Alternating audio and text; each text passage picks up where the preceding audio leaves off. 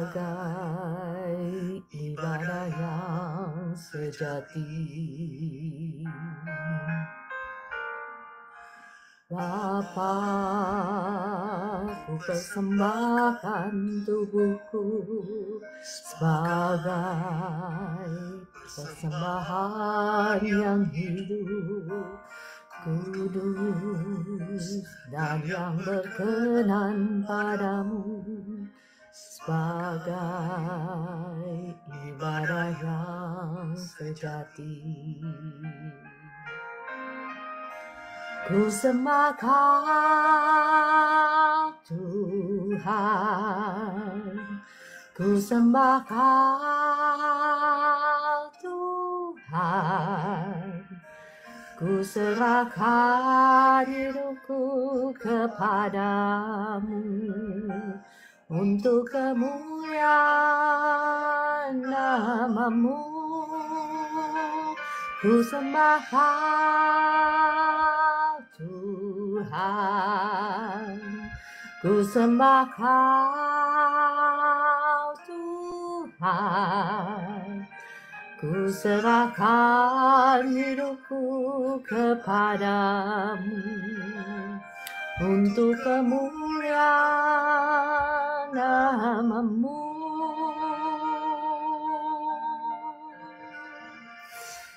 Oh Tuhan, ini hidup kami persembahkan bagi-Mu. Biarlah hidup kami berkenan kepadamu, ini doa kami.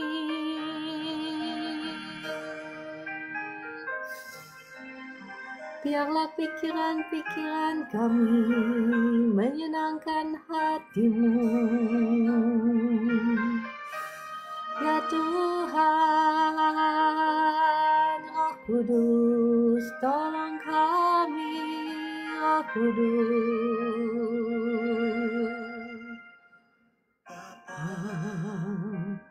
Ku persembahkan tubuhku sebagai persembahan yang hidup, kudus dan yang berkenan padamu, sebagai ibadah yang sejati.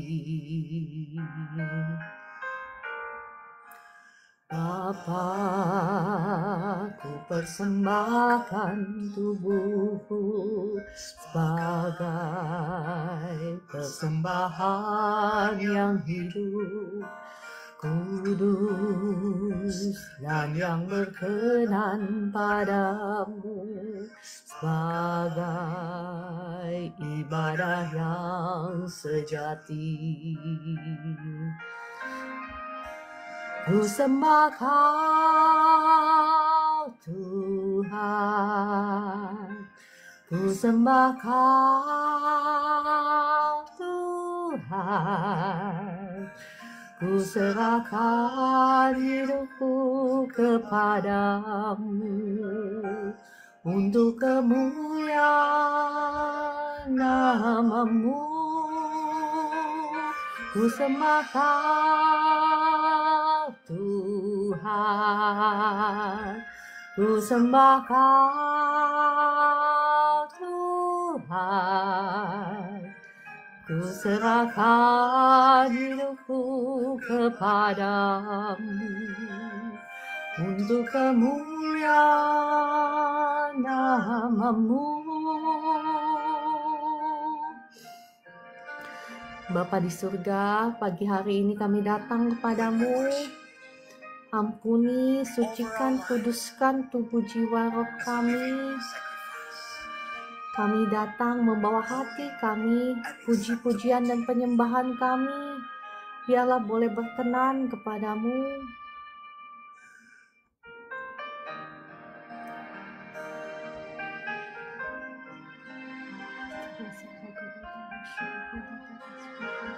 Roh Kudus, datanglah Roh Kudus, jamah setiap kami, penuhi hati kami. Yang berbeban berat ada kelegaan.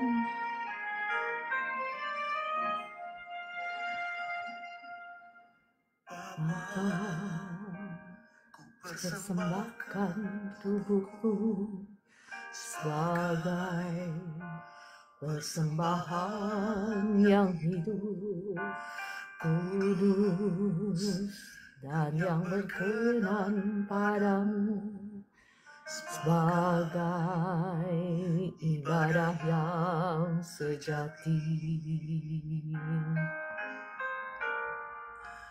Bapa, ku persembahkan tubuhku sebagai persembahan yang hidup, kudus dan yang berkenan padamu, sebagai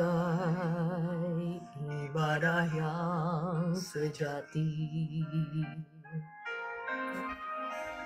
Ku sembah Kau Tuhan, ku sembah Kau Tuhan, ku serahkan hidupku kepadamu untuk kemuliaan nama-Mu. Ku sembah Kau Tuhan, ku sembah Kau Tuhan, ku serahkan hidupku kepadamu untuk kemuliaan nama-Mu.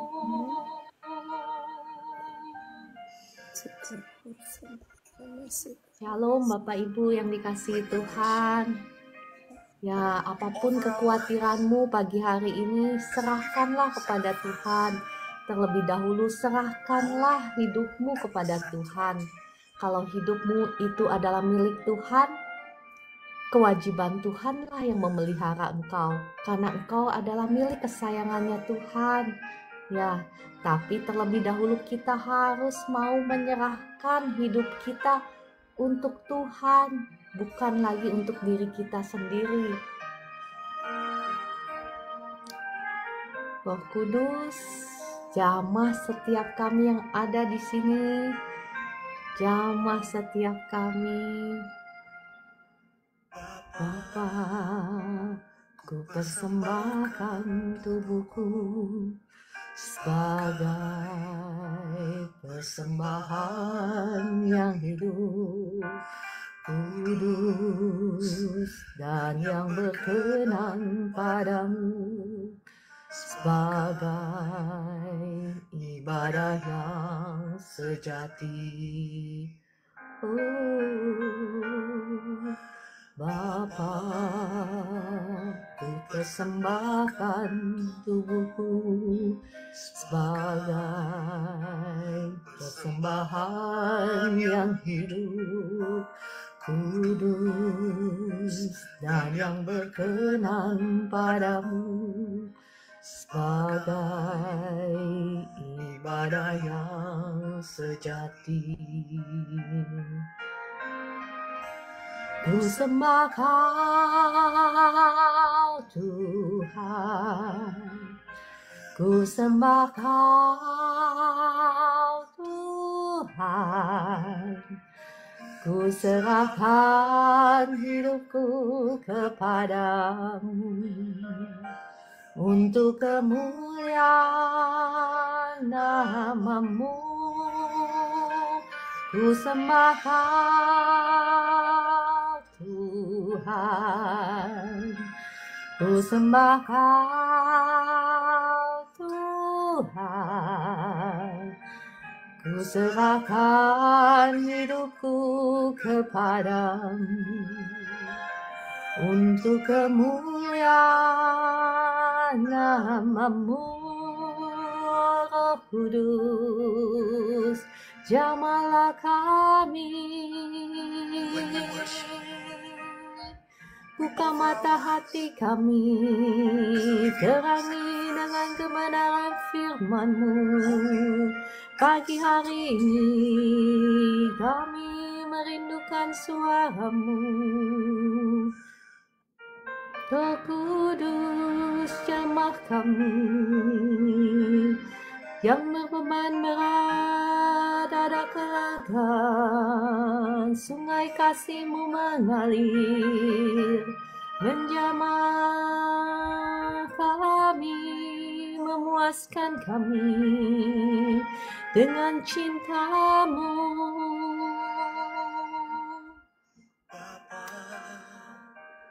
Ku persembahkan tubuhku.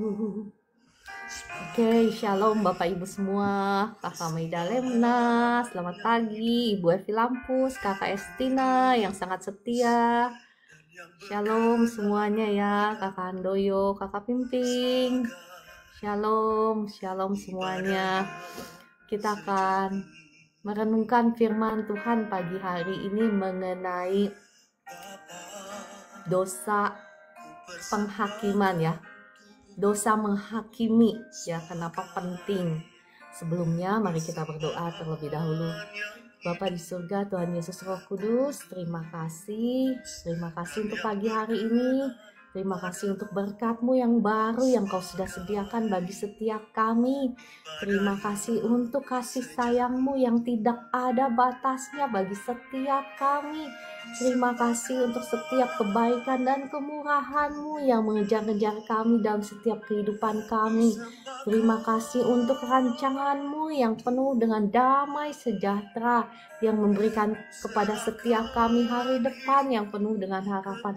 Terima kasih Tuhan untuk waktu yang Kau masih berikan. Pagi hari ini kami mau merenungkan firman-Mu, kami mau bersama-sama belajar akan kebenaran firman-Mu. Mari Roh Kudus, bukakan mata hati kami sehingga kami boleh menerima firman-Mu, menghidupinya dan menjadi keselamatan dalam kehidupan kami. Dalam nama Tuhan Yesus. Ya, shalom semuanya. Apa kabar Bapak Ibu pagi hari ini? Kita akan belajar firman Tuhan tentang hal menghakimi ya. Kenapa hal menghakimi ini penting? Karena menghakimi ini berbicara tentang dosa yang gak kelihatan, yakni dosa hati. Ya, sebentar sambil saya membuka firman Tuhan, Bapak Ibu yang terberkati boleh bantu tap-tap layar. Ya. Oke.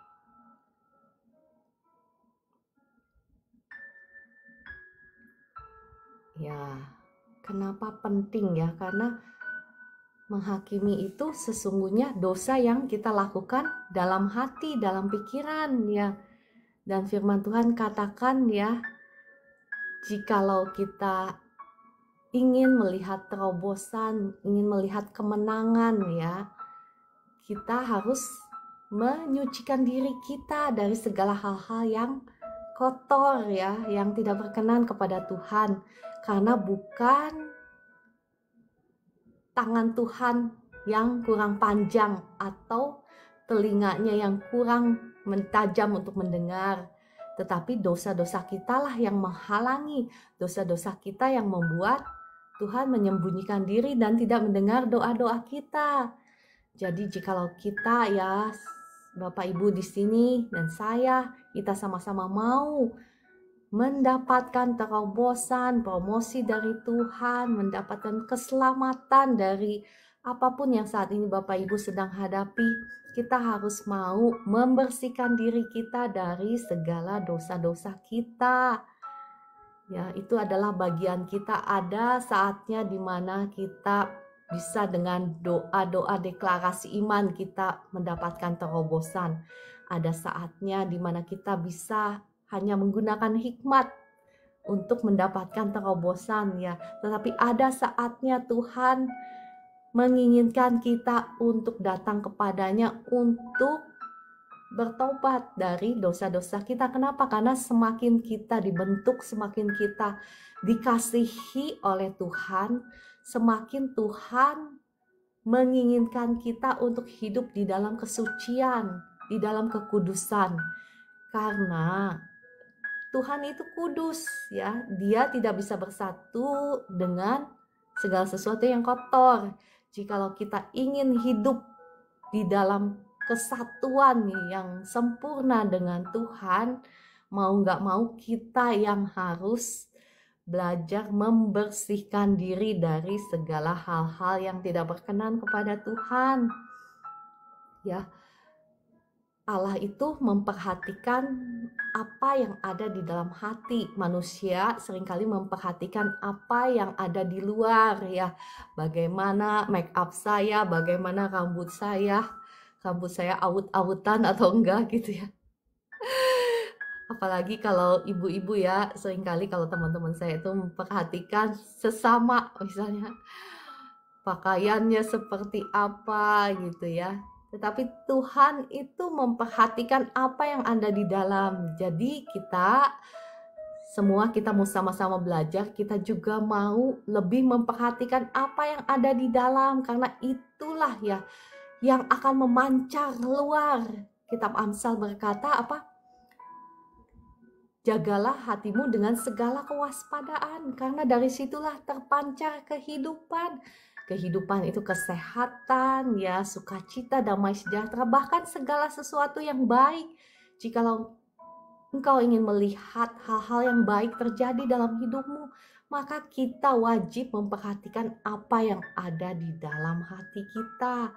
Termasuk, ya, apakah hati kita itu berkenan kepada Tuhan, menyenangkan hati Tuhan.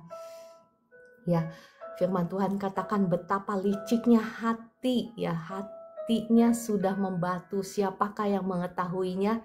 Tuhan katakan, aku Tuhan yang menguji, yang menyelidiki hati, yang menguji batin, untuk memberikan kepada kita setimpal dengan perbuatan kita. Ya, mungkin Bapak Ibu ada yang berpikir bahwa kita kan hidup di zaman perjanjian baru, di mana bukan oleh karena perbuatan kita dibenarkan, tetapi oleh karena Tuhan Yesus kita diberikan hadiah kebenaran. Ya betul, memang betul, itu bukan karena perbuatan kita dibenarkan, ya, kita diselamatkan, tetapi jangan lupa firman Tuhan katakan Tuhan akan memberikan kepada kita setimpal dengan perbuatan kita, bukan hanya di perjanjian lama tetapi di perjanjian baru. Kitab Roma, ya, Paulus juga berkata seperti itu di Roma 2 ayat 6. Ia akan membalas setiap orang menurut perbuatannya. Jadi perbuatan kita itu juga penting, ya. Kalau kita ingin mendapatkan hal-hal yang baik dalam kehidupan kita juga harus menjaga hati kita, pikiran kita, dan perbuatan kita. Ya, karena banyak sekali yang datang kepada saya meminta doa.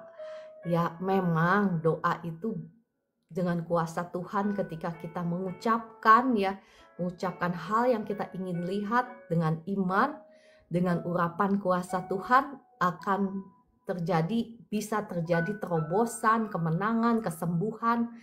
Tetapi jikalau kita ingin langgeng, maksudnya ingin enduring itu lasting long, alias bertahan lama, kita harus merubah pola pikir kita, hati kita, ya, perbuatan kita, supaya jangan selalu jatuh lagi, balik lagi, minta doa lagi, balik lagi, minta doa lagi. Ya, jadi kita mau sama-sama belajar dalam hal ini. Kita mau belajar tentang hal menghakimi. Kemarin Bapak Ibu yang nonton live saya, kita belajar tentang dosa penyembahan berhala, ya, kalau nggak salah, ya, saya lupa. Tapi kemarin kita sudah bahas tentang hati, ya, bagaimana ada dosa yang tersembunyi, yakni dosa ketika hati kita melekatkan diri kepada hal-hal yang ada di dunia ini, mencintai dunia ini lebih daripada Tuhan. Ya, kita sudah menjadikan diri kita menjadi musuh Allah. Tetapi hari ini kita mau membahas satu dosa, yakni dosa menghakimi. Sama-sama dosa yang gak kelihatan ya, tetapi fatal. Akibatnya fatal. Nanti saya akan jelaskan kenapa akibatnya fatal. Fatal sekali bagi kita yang ingin melihat promosi dari Tuhan, melihat bahkan kesembuhan dari Tuhan. Masih ingat Bapak Ibu kalau saya doa kesembuhan ya setiap hari ya. Dulu kalau sore ya lebih sering lagi untuk doa kesembuhan. Seringkali saya mengulang-ulang, kalau kuasa Tuhan itu bukan kuasa Tuhan yang kurang dahsyat, tetapi yang seringkali menghalangi orang-orang untuk mendapatkan kesembuhan itu adalah satu dosa, yaitu dosa kesombongan. Kita harus merendahkan diri di hadapan Tuhan, mau mengakui dosa-dosa kita, minta ampun. Ingat, saya selalu mengatakan hal-hal seperti ini. Nah, kenapa penting? Karena menghakimi itu ya kental, alias ya kental sekali dengan, nempel sekali dengan dosa kesombongan. Tetapi ya sebelum itu saya mau membahas bagaimana kenapa orang bisa menghakimi orang lain. Biasanya ya kita menghakimi orang lain karena apa? Karena kita memakai standar ukuran kita. Betul apa betul? Yang setuju katakan amin. Biasanya kan kita mengukur orang lain menurut standar kebenaran kita. Sedangkan kebenaran kita itu ya belum tentu benar ya. Karena setiap orang mungkin punya standar kebenarannya masing-masing. Menurut dia mungkin dia itu benar di hadapan Tuhan. Nah, menurut kita mungkin kita ini benar di hadapan Tuhan. Nah, siapakah yang tahu?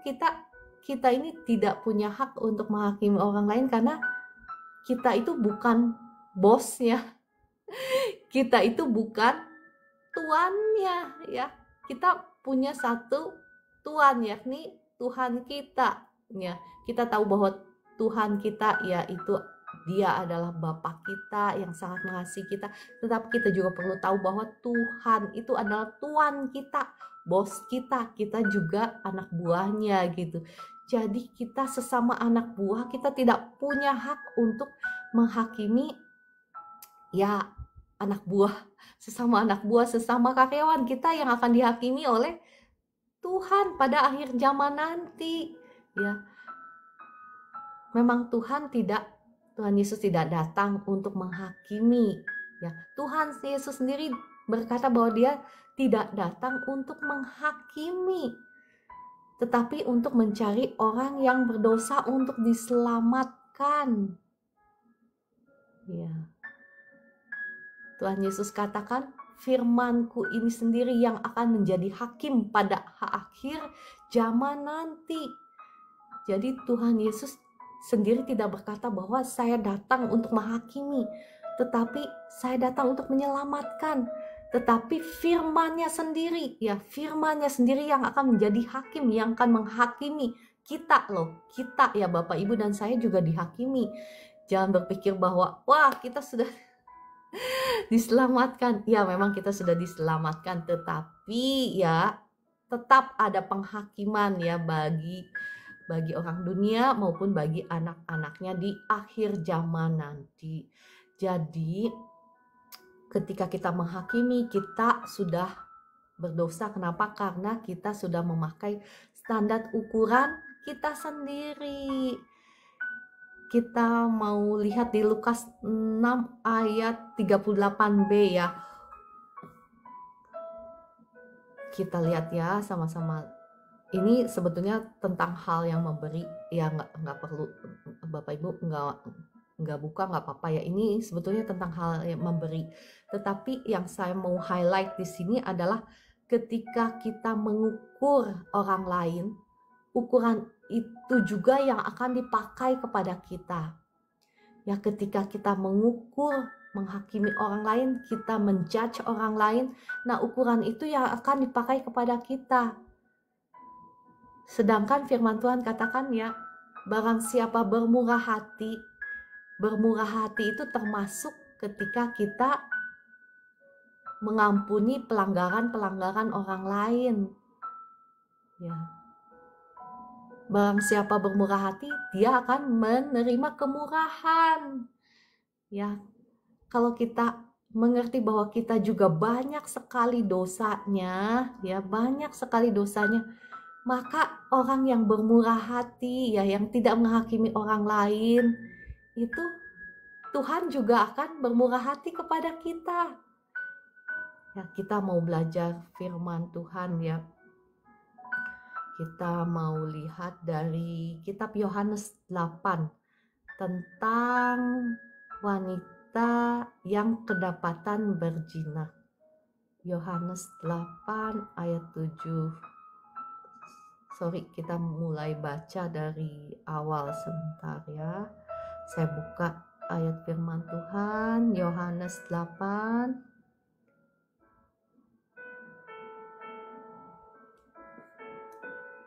Kita baca ya bagian ini sedikit. Dari mulai ayat 1 ya. Saya bacakan Yohanes 8 ayat 1. Tetapi Yesus pergi ke Bukit Zaitun. Pagi-pagi benar ia berada lagi di bait Allah dan seluruh rakyat datang kepadanya. Ia duduk dan mengajar mereka. Maka ahli-ahli Taurat dan orang-orang Farisi membawa kepadanya seorang perempuan yang kedapatan berbuat zina. Mereka menempatkan perempuan itu di tengah-tengah. Lalu berkata kepada Yesus, "Rabi, perempuan ini tertangkap basah ketika ia sedang berbuat zina. Musa dalam hukum Taurat memerintahkan kita untuk melempari perempuan-perempuan yang demikian. Apakah pendapatmu tentang hal itu?" Mereka mengatakan hal itu untuk mencobai dia, supaya mereka memperoleh sesuatu untuk menyalahkannya. Tetapi Yesus membungkuk lalu menulis dengan jari-jarinya di tanah.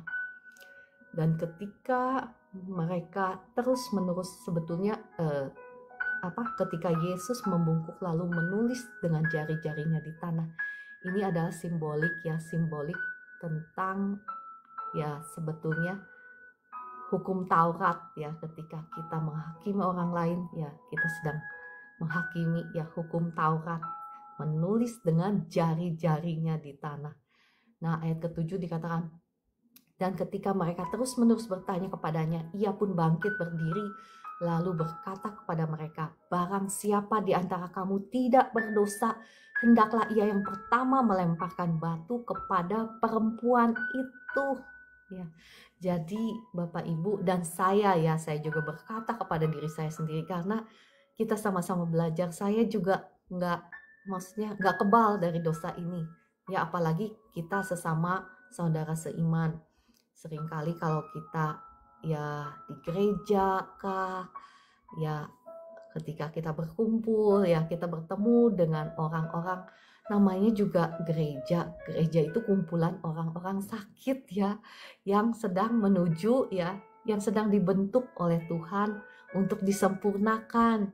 Jadi kita akan menemui begitu banyak orang yang penuh dengan kelemahan, termasuk yang ngomong ini ya. Jadi ketika kita melihat orang yang mungkin tidak sesuai seperti apa yang kita harapkan, kita mau belajar ya, sebelum kita menghakimi, menunjukkan jari kita kepada orang tersebut, kita mau mengingat-ingat semua dosa-dosa kita. Karena inilah yang diajarkan oleh firman Tuhan. Dikatakan Tuhan Yesus apa? Barang siapa di antara kamu tidak berdosa. Ya, mulailah sebelum kita menunjuk orang lain. Mari kita merenungkan dosa-dosa apa yang sudah kita lakukan. Jadi kita nggak jatuh dalam dosa penghakiman. Ya.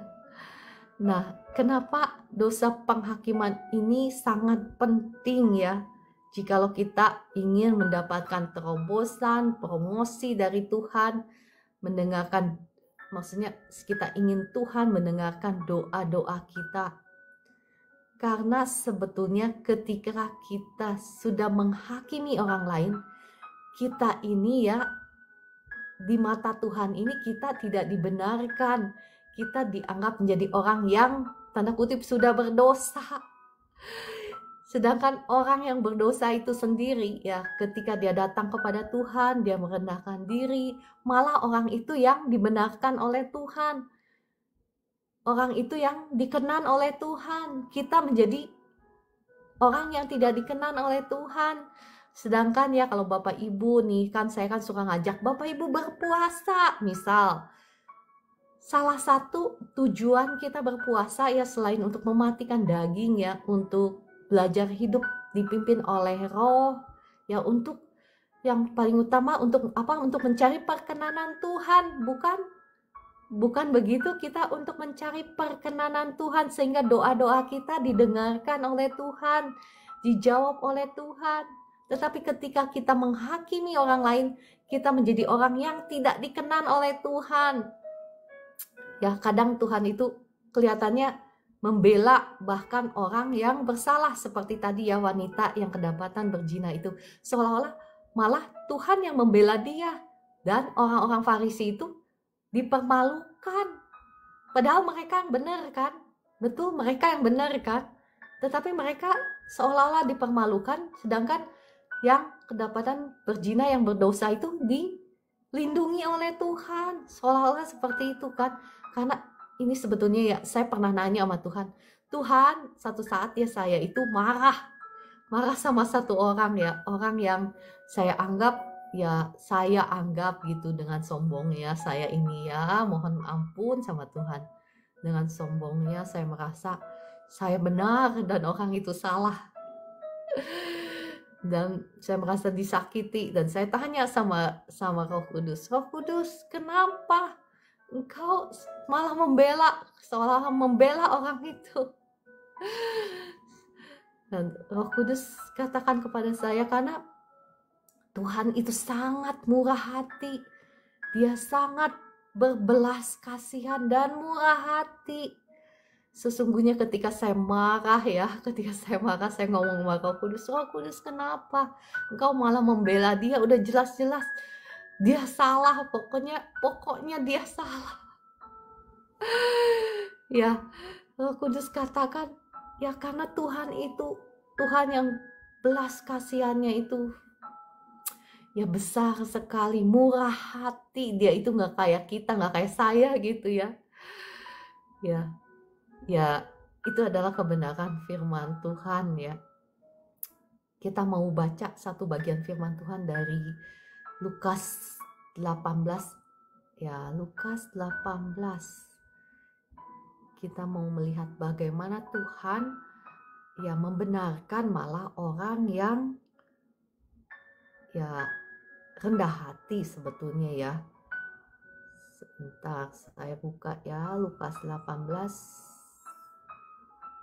ayat 9. Perumpamaan tentang orang Farisi dengan pemungut cukai. Ya, di sini dikatakan, dan kepada beberapa orang yang menganggap dirinya benar dan memandang rendah semua orang lain. Nah, termasuk saya yang tadi saya cerita ya, kesaksian itu. Makanya saya yang ditegur duluan. Jadi saya bagikan kepada Bapak Ibu ini pentingnya dosa supaya kita tidak menghakimi orang lain. Ya, ayat ke-10. Ada 2 orang pergi ke bait Allah untuk berdoa. Yang seorang adalah Farisi dan yang lain pemungut cukai. Orang Farisi itu berdiri dan berdoa dalam hatinya begini, ya Allah, aku mengucap syukur kepadamu karena aku tidak sama seperti semua orang lain. Bukan perampok, bukan orang lalim, bukan pezina, dan bukan juga seperti pemungut cukai ini. Aku berpuasa 2 kali seminggu, aku memberikan 1/10 dari segala penghasilanku. Tetapi pemungut cukai itu berdiri jauh-jauh, bahkan ia tidak berani menengadah ke langit, melainkan ia memukul diri dan berkata, ya Allah, kasihanilah aku orang berdosa ini.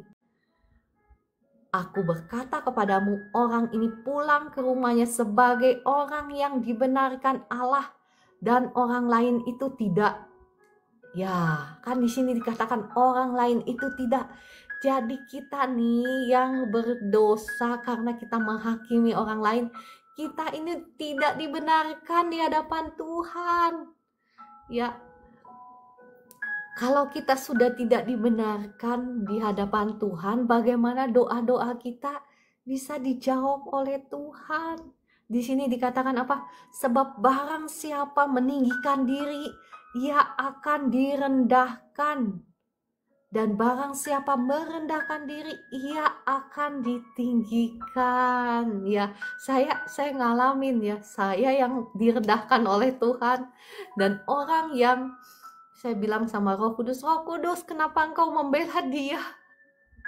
Malah seolah-olah dia meninggikan, maksudnya seolah-olah Tuhan meninggikan dia dan mempermalukan saya. Saya ngomong ini ya nggak malu, saya ngaku dosa saya bagikan nih.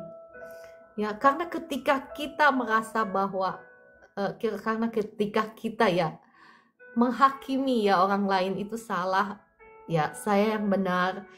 Ya, sesungguhnya kita sudah jatuh dalam dosa kesombongan. Ya, penting kenapa? Karena firman Tuhan katakan apa? Rendahkanlah dirimu di bawah tangan Tuhan yang kuat. Maka dia yang akan meninggikan engkau tepat pada waktunya. Ya, kalau kita ingin mendapatkan promosi dari Tuhan, kita ingin doa-doa kita dijawab oleh Tuhan, kita ingin mendapatkan terobosan dari Tuhan, ya rendahkanlah diri kita di hadapan Tuhan. Termasuk ya untuk orang-orang yang menyakiti engkau. Ya, saya juga ngalamin, saya juga disakitin, makanya saya bilang, Roh Kudus, nggak fair gitu ya. Ya, saya paham ya, saya pernah mengalaminya ya. Saya pernah mengalami ketika kita disakiti, saya sudah mengalami semuanya itu. Jadi saya bisa membagikan ini kepada Bapak Ibu. Lepaskan pengampunan, jangan menghakimi, ya bahkan jangan mendoakan hal-hal yang buruk terhadap musuh kita, jangan. Tetapi firman Tuhan katakan berdoalah ya, berkatilah musuh-musuhmu, maka kita akan mendapatkan upah yang besar dari Bapa kita yang di sorga. Bukan hanya saja upah di sorga ya, seringkali kita mendengar upahmu besar di sorga. Iya, upah kita besar di sorga, tetapi upah kita juga ada di dunia ini. Kata kitab Amsal kalau orang benar saja ya mendapatkan upah di dunia, terlebih lagi orang-orang fasik akan mendapatkan balasan di dunia ini. Ya, memang kadang belum dapat balasan di dunia tetapi di surga, tetapi kitab Amsal jelas-jelas berkata seperti itu. Jadi kita mendapatkan upah. Ya, di dunia juga kita dapatkan upah. Saya melihat ya banyak sekali orang-orang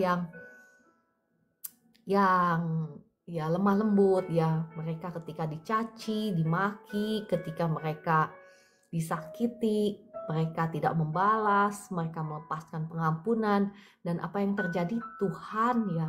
Tuhan itu adil, dia tidak pernah berhutang, dia itu membackup setiap firman-Nya. Tuhan membalaskannya ya, memberkati orang tersebut. Ya, termasuk saya yang ngomong ini ya, saya juga mengalaminya ketika saya ditipu ya, dibohongin ya, rugi uangnya ya lumayan gitu ya, rugi uangnya lumayan, tapi saya melepaskan pengampunan, saya tetap mengasihi orang tersebut ya.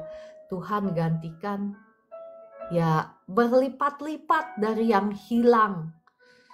Tetapi kalau engkau ya saat ini engkau disakiti, engkau dicuri mungkin, engkau ditipu mungkin, engkau menyimpan kepahitan, malah si iblis yang engkau undang untuk masuk ke dalam hidupmu semakin mencuri, membunuh, membinasakan kehidupanmu. engkau sudah rugi ya, mungkin udah rugi ketipu, sakit lagi ya, karena ketika kita membuka pintu bagi kuasa jahat untuk masuk ke kehidupan kita, ketika kita tidak melepaskan pengampunan, maka apa? Si jahat yang akan berkuasa dalam hidup kita. Dan ketika si jahat berkuasa dalam hidup kita, dia hanya tujuannya mencuri, membunuh, membinasakan kehidupan kita. Ya, firman Tuhan banyak mengajarkan saya tentang di kitab Amsal 19 ayat 9 ya, saya mau bacakan bagi Bapak Ibu. Firman Tuhan ini sangat memberkati saya. Yakni saya bacakan ya, Amsal 19 ayat 9. Orang bijaksana dapat menahan kemarahannya. Ia terpuji karena tidak menghiraukan kesalahan orang terhadapnya. Ya. Dikatakan orang yang bijaksana itu ya, ketika ia melihat orang lain berbuat salah, ya dia tidak menghakimi, dia malah ya tidak menghiraukannya. Ya karena dia sendiri paham bahwa dia sendiri banyak dosanya. Ya dia mengerti bahwa dia juga sama orang-orang yang gak lebih baik dari orang tersebut. Ya, kita mau sama-sama belajar mengenai kebenaran firman Tuhan ini. Jikalau kita ingin mendapatkan favor-nya Tuhan, mendapatkan perkenanannya Tuhan, dan jikalau kita ingin doa-doa kita dijawab oleh Tuhan, karena ini berbicara tentang dosa yang sangat Tuhan benci. Ya, dosa yang sangat Tuhan benci itu apa? Di kitab Amsal ada nomor 1 urutan pertama itu apa? Mata yang sombong. Ya Kakak Estina, yang tadi Amsal 19 ayat 9 yang berbicara tentang orang bijaksana ya. Orang bijaksana dapat menahan kemarahannya. Ya, ini berbicara tentang dosa yang Tuhan sangat benci ya. Ada 7 hal yang Tuhan sangat benci di kitab Amsal ya. Yakni apa? Yang pertama, mata yang sombong. Ya, Lucifer jatuh karena apa? Kesombongan. Ya, hal menghakimi itu adalah dosa yang Tuhan sangat benci, karena ini berbicara tentang hati, tentang kesombongan. Dikatakan apa? Tuhan menentang orang yang sombong. Ya, ketika kita menghakimi orang lain, kita ya sudah jatuh dalam dosa kesombongan. Kita memposisikan diri kita menjadi musuhnya Tuhan. Ya mungkin Bapak Ibu seringkali kita berpikir kita anak-anak Tuhan, anak-anak yang dikasihi oleh Tuhan. Betul ya, kita anak-anak yang dikasihi oleh Tuhan. Tetapi kita juga harus belajar kebenaran firman Tuhan dan menghidupi kebenaran firman Tuhan. Karena ketika kita dipimpin oleh daging ya, termasuk sombong ini daging ya. Kitab Roma katakan apa? Kita sudah menjadi musuhnya Tuhan.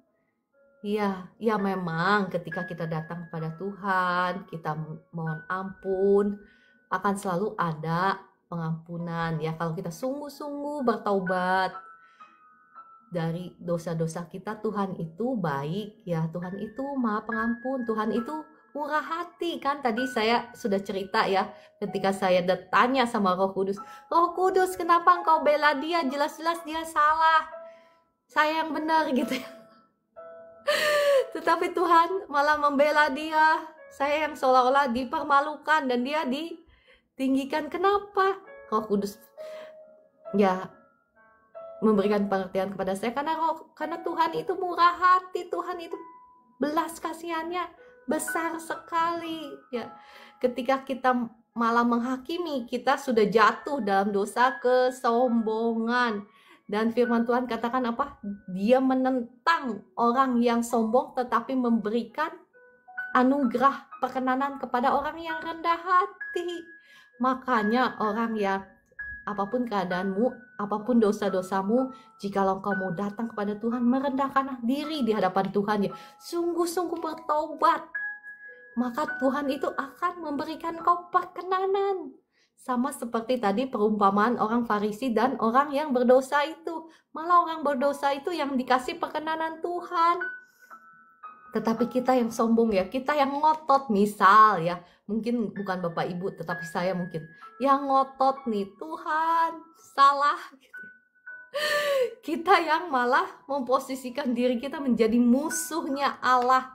Dan kalau ya kita jadi musuhnya Allah, kalau Tuhan menentang, ya bagaimana mungkin doa-doa kita dijawab oleh Tuhan? Orang Tuhan sendiri jadi musuh kita. Tuhan sendiri yang menentang.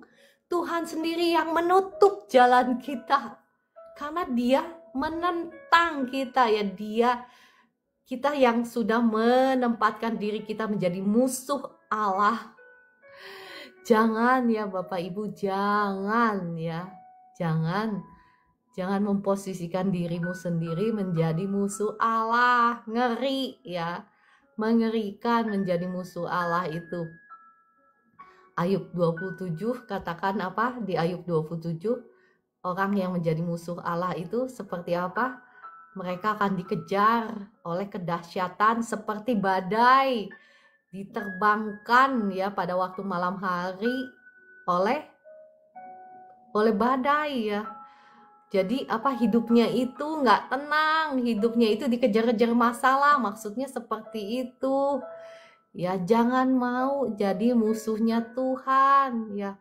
Tangan Tuhan itu perkasa, bukan hanya untuk menolong kita, tetapi perkasa, dahsyat, menyeramkan, menakutkan ketika kita menjadi musuhnya Allah. Saya pernah bahas ya di live streaming ini bagaimana tangan Tuhan bukan hanya saja menolong, memberikan terobosan, mengangkat kita ya, membalut kita, tetapi tangan Tuhan yang sama itu bisa menjadi mengerikan, dahsyat, menakutkan, mematikan bagi para musuh-musuhnya. Jadi Bapak Ibu, mari kita sama-sama belajar mulai hari ini, kita nggak mau lagi menghakimi orang lain. Karena ini dosa yang fatal di mata Tuhan, walaupun nggak kelihatan ya, walaupun ketika kita menghakimi, kita secara hukum dunia kita tidak akan masuk penjara ya, hanya dengan menghakimi. Karena seolah-olah kan dosa kecil, betul? Betul kan? Seolah-olah dosa kecil. Tetapi sesungguhnya salah satu dosa yang paling dibenci oleh Tuhan. Kan di kitab Amsal ada 7 hal yang Tuhan benci. Yang salah satu yang paling pertama adalah mata yang sombong. Ya, itu adalah di urutan pertama. Jadi urutan dosa yang paling Tuhan benci. Gitu. Oke, pembahasan firman Tuhan selesai sampai di sini. Saya akan berdoa bagi Bapak Ibu semua ya. Nah, Bapak Ibu yang mau didoakan secara khususnya yang sakit, boleh klik tombol tamu dan tuliskan di komentar. Saya akan menutup dengan doa. Saya juga akan doa kesembuhan secara bersama-sama. Tetapi bagi Bapak Ibu yang mau didoakan secara khusus, boleh klik tombol tamu dan tuliskan di komentar. Mari kita berdoa. Bapa di surga, Tuhan Yesus Roh Kudus, terima kasih untuk kebenaran firman-Mu yang Kau berikan bagi kami pagi hari ini.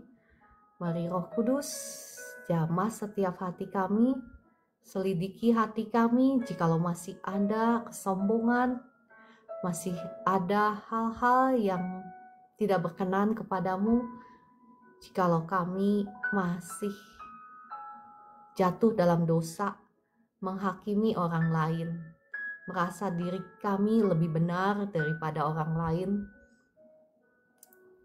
Jikalau kami belum mampu melepaskan pengampunan kepada orang lain, karena kami berpikir bahwa orang lain salah dan sudah menyakiti hati kami, saat ini kami datang kepadamu, Bapa di surga, Mohon belas kasihan-Mu kepada setiap kami. Ampuni setiap dosa-dosa kami. Ampuni kami karena kami adalah orang yang berdosa.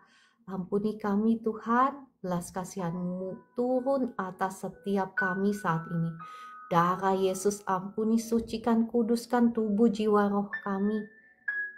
Segala belenggu dosa dalam hidup kami, baik itu belenggu dosa kesombongan, dosa penyembahan mamon, dosa najis, saat ini hancur patah atas setiap anak-anak Tuhan yang ada di live room ini. Jadilah engkau bebas dalam nama Tuhan Yesus. Saya melepaskan roh pertobatan turun atas setiap Bapak Ibu yang ada di live room ini. Roh pertobatan, roh yang takut akan Tuhan turun atas Bapak Ibu semua. Roh yang haus dan lapar akan Tuhan turun atas setiap kami. Penuhi kami Roh Kudus. Jamah kami, penuhi kami. Kasih Tuhan mengalir, menjamah setiap hati Bapak Ibu semua. Mengalir, bahkan kesembuhan saya melepaskan. Roh kesembuhan mengalir, menjamah Bapak Ibu semua. Bapak Ibu yang sedang sakit, boleh tumpangkan tanganmu di bagian tubuhmu yang sedang sakit saat ini. Kuasa Tuhan sedang mengalir, menjamah Bapak Ibu semua. Roh Kudus, jamah setiap anak-anakmu yang sedang sakit. Jamah lebih lagi, Roh Kudus. Lebih lagi kuasa Tuhan mengalir lebih dahsyat lagi. Lebih lagi kuasa Tuhan mengalir, membebaskan engkau, menyembuhkan engkau yang sedang sakit saat ini. Jadilah engkau bebas, sembuh, pulih dalam nama Tuhan Yesus. Terima kasih Tuhan, saat ini hamba-Mu juga melepaskan berkat keuangan atas engkau, berkat ekonomi. Darah Yesus bukakan tingkap-tingkap langit dan curahkan berkat ke dalam lumbung-lumbungmu, pekerjaanmu, usahamu, sampai berlimpah-limpah dalam nama Tuhan Yesus. Saya juga melepaskan berkat untuk engkau, untuk rumah tanggamu, untuk keluargamu. Kasih Tuhan mengalir, menyatukan rumah tanggamu. Ada damai, ada kasih, ada sukacita di dalam rumah tanggamu, di dalam keluargamu. Dalam nama Tuhan Yesus. Ya. Terima kasih Bapa di surga, terima kasih Tuhan Yesus, terima kasih Roh Kudus untuk lawatanmu, untuk jamahanmu, terima kasih. Yang terberkati boleh tuliskan amin ya.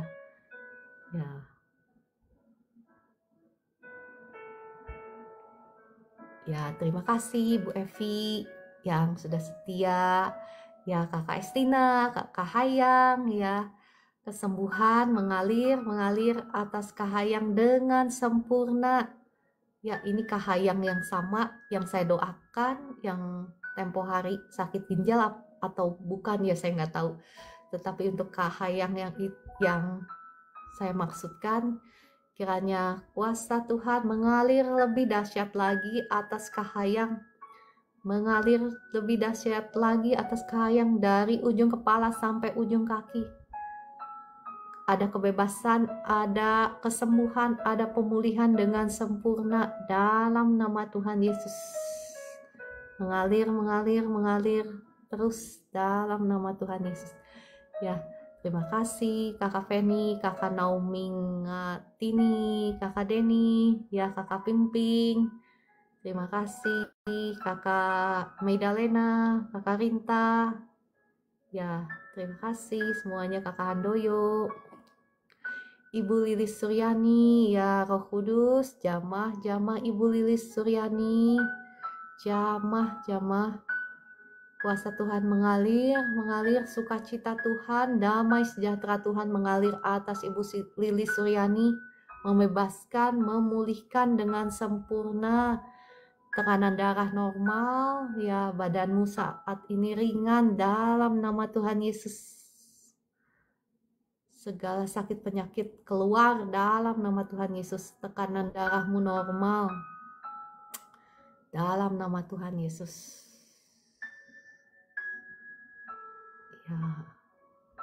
Ya kakak Kaun, ya kakak Pimping, terima kasih semuanya. Bapak Ibu, boleh yang mau turun duluan, monggo silahkan ya. Yang mau turun duluan, monggo silahkan. Saya masih stay beberapa menit ke depan. Bagi Bapak Ibu yang mau bersaksi, yang sudah dijamah oleh Tuhan, silahkan tulis di komentar. Ya, Ica, terima kasih. Happy Sunday, selamat beribadah kepada Tuhan ya. Ya, bagi Bapak Ibu yang mau didoakan secara khusus atau yang untuk memberi kesaksian, boleh klik tombol tamu. Saya akan undang untuk naik ke atas ya. Kalau yang sudah dijamah oleh Tuhan, yang sudah disembuhkan oleh Tuhan, boleh ya. Khususnya untuk maksudnya bersaksi untuk yang barusan ya saya sudah doakan yang dijamah oleh Tuhan. Ya monggo silahkan Kakak Hengki sudah ya, Kakak Hengki boleh. Ya, Kakak Rinta, ya darah Yesus sudah buka jalan berkat atas Karinta. Darah Yesus hancurkan, patahkan setiap belenggu, kutuk dosa, kutuk keturunan, kutuk masa depan, kutuk langit tembaga atas Ibu Rinta dan keluarga hancur patah demi nama Tuhan Yesus. Saya berdoa untuk Ibu Rinta dan keluarga. Kasih Tuhan menjamah Ibu Rinta dan suami. Darah Yesus hancurkan, patahkan setiap belenggu, ya santet, pelet, hancur, patah demi nama Tuhan Yesus. Ya, kasih Tuhan mengalir, menyatukan kembali rumah tanggamu, membuka jalan berkat bagimu dalam nama Tuhan Yesus. Amin, amin.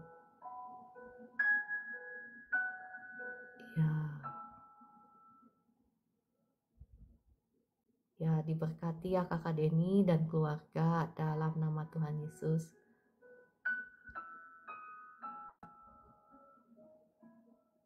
Tadi siapa yang mau bersaksi sebentar, Kak Hengki? Monggo silahkan Pak Hengki ya. Sebentar ya. Bagi Bapak Ibu yang mau turun duluan, monggo silahkan ya. Saya cuman buka kesempatan ya untuk 1-2 orang. Silahkan Pak Hengki. Ya, salam. Ya, apa yang mau disaksikan?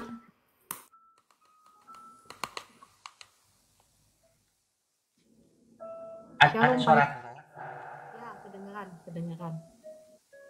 Terima kasih ya. Ya, silahkan Pak Hengki. Salam kenal semuanya teman-teman. Aku dari Medan. Aku dulunya orang nggak percaya dari agama Konghucu. Oh, iya. Di saat aku seperti nggak punya pengharapan, dulunya aku sampah di mata dunia teman-teman. Dimana itu aku berulang kali masuk penjara karena kasus yang sama. Kasusnya boleh diceritain nih Kak? Iya, singkat saja ya. Betul. Karena dulu tuh aku pakai narkoba. Singkatnya itu aku mengalami pertolongan Tuhan. Anugerah terbesar dalam hidupku tuh boleh kenal Tuhan teman-teman. Waktu di dalam penjara itu, sebelum sidang tuntutan, aku dapat berita duka cita. Bahwasanya tuh bapakku meninggal dunia dan tuh jadi penyesalan terbesar buat aku. Karena aku tahu tuh karena salahku ya, bapak marah, sakit sampai meninggal akhirnya. Dan di hari itu aku nggak dapet izin buat keluar lihat bapak untuk terakhir kalinya. Jadi di saat itu aku cuma diizinin untuk keliling di sekitaran penjara. Di saat itu aku milih duduk di depan gereja, duduk baca parita teman-teman. Parita itu doa agama Buddha ya. Tapi puji Tuhannya hari itu nggak kebetulan ibadah di gereja itu dimulai. Yang mana yang di saat orang keluar masuk ke dalam gereja itu aku masih fokus baca parita. Agak lain memang ya. Tapi rencana Tuhan luar biasa teman-teman. Sampai itu saat lagu pujian berkumandang, aku seperti ditarik buat masuk ke dalam gereja. Dalam gereja itu aku melihat ibadah orang Kristen yang luar biasa banget. Dan lagu yang pertama kali aku dengar tuh aku masih ingat, lagu yang judulnya Semua Baik. Itulah hati Tuhan buat kita teman-teman, semuanya baik. Dan aku merasakan damai sukacita yang luar biasa banget waktu masuk ke dalam gereja itu, sampai tuh aku bisa ikut menyanyi, menari, memuji Tuhan. Puji Tuhan Di ya. situ iya luar biasa Tuhan Kak. Di situ kita bisa melihat teman-teman bahwasannya pekerjaan Tuhan itu di luar akal pemikiran kita. Dahsyat banget. Padahal di saat itu aku lagi berduka cita. Tapi Tuhan sanggup ubahkan seketika menjadi sukacita. Dan hari itu aku merasakan bahwasannya tuh aku jatuh cinta sama Tuhan Yesus. Aku pengen kenal siapa tuh Tuhan Yesus. Aku cari tahu. Walau tuh dari dulu tuh dari latar belakang sekolah aku dari SD sampai SMA tuh di sekolah Kristen teman-teman. Ini memang nggak pernah kepikir, nggak pernah terbayang, dan bukan cita-cita aku buat jadi orang Kristen. Walau di saat aku ingin kenal Tuhan tuh, waktu mencari tahu siapa Tuhan itu, aku terima banyak omongan gak enak, direndahkan, dicemooh, bahkan dibully. Ya omongan gak enak itu contohnya seperti gini, ini anak udah mau gila nih. Ada yang bilang ini lagi, ini anak modus saja, di penjara aja di Kristen, nanti keluar dia Buddha lagi katanya. Bahkan yang lebih parah itu di saat mau baca buku kesaksian, mau baca Alkitab, aku sering kali gak dibolehin masuk, malah diusir aku. Tapi saat itu aku nggak tahu kenapa, aku bukannya patah semangat, aku malah makin semangat.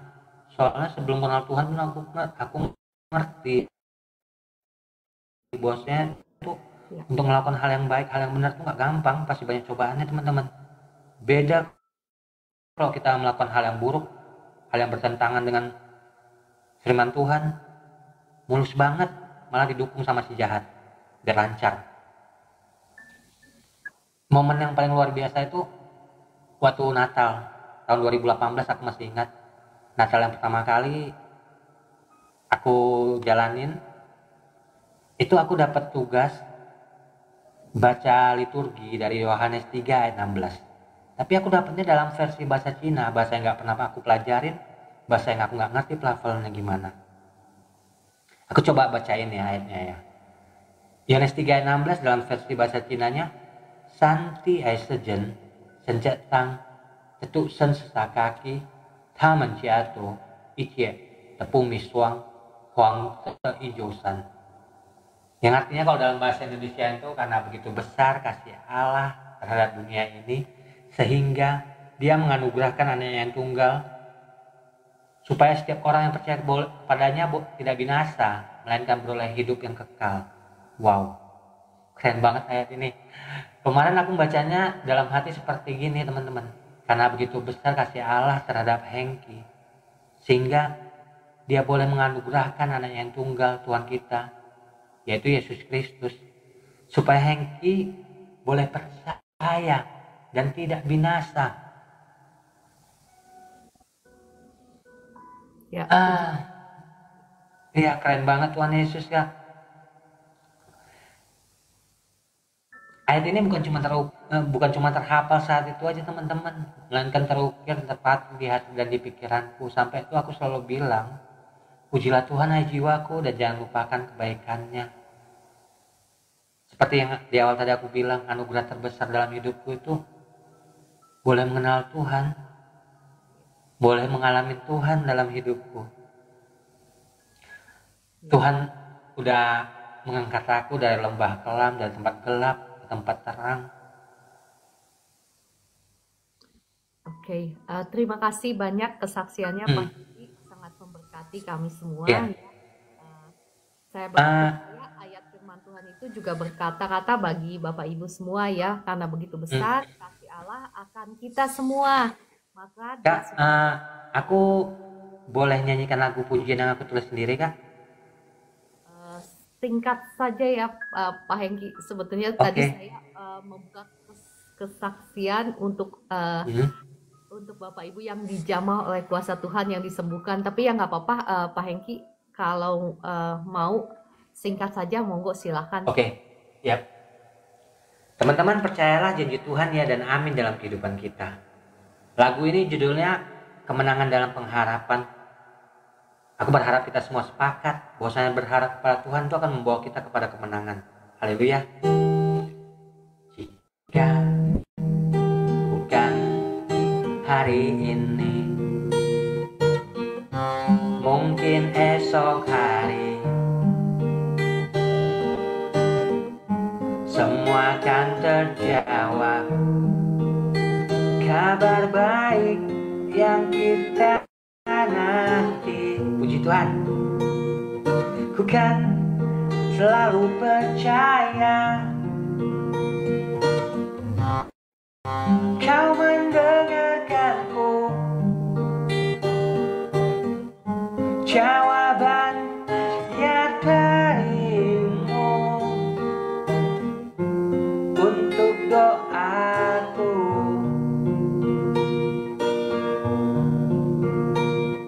Kau yang selalu menghiburku, yang menenangkanku dalam lindunganmu. Ku tinggal tenang dan percaya, walau datang badai sekalipun, ku kan tetap tenang, sebab ada Kau Tuhan yang kan selalu tenangkan badai. Haleluya.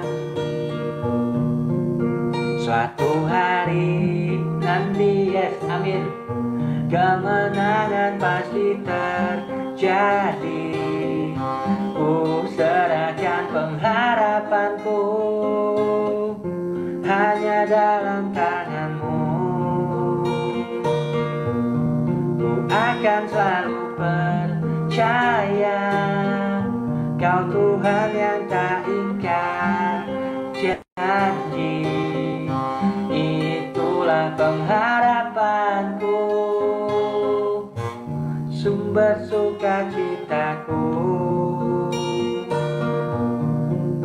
Suatu hari pasti penantianku kan terjawab. Lagu kemenangan ku nyanyikan, ku sorakan kebesaran-Mu.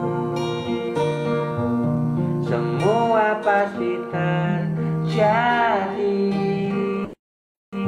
sebab Kau tak pernah ingkar janji. Ku naikkan syukur bagi-Mu, ku rayakan kemenangan. Haleluya. Terima kasih semuanya. Makasih ya, Kak.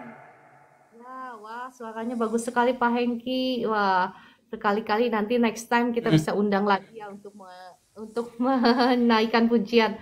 Oke, terima kasih Pak Hengki.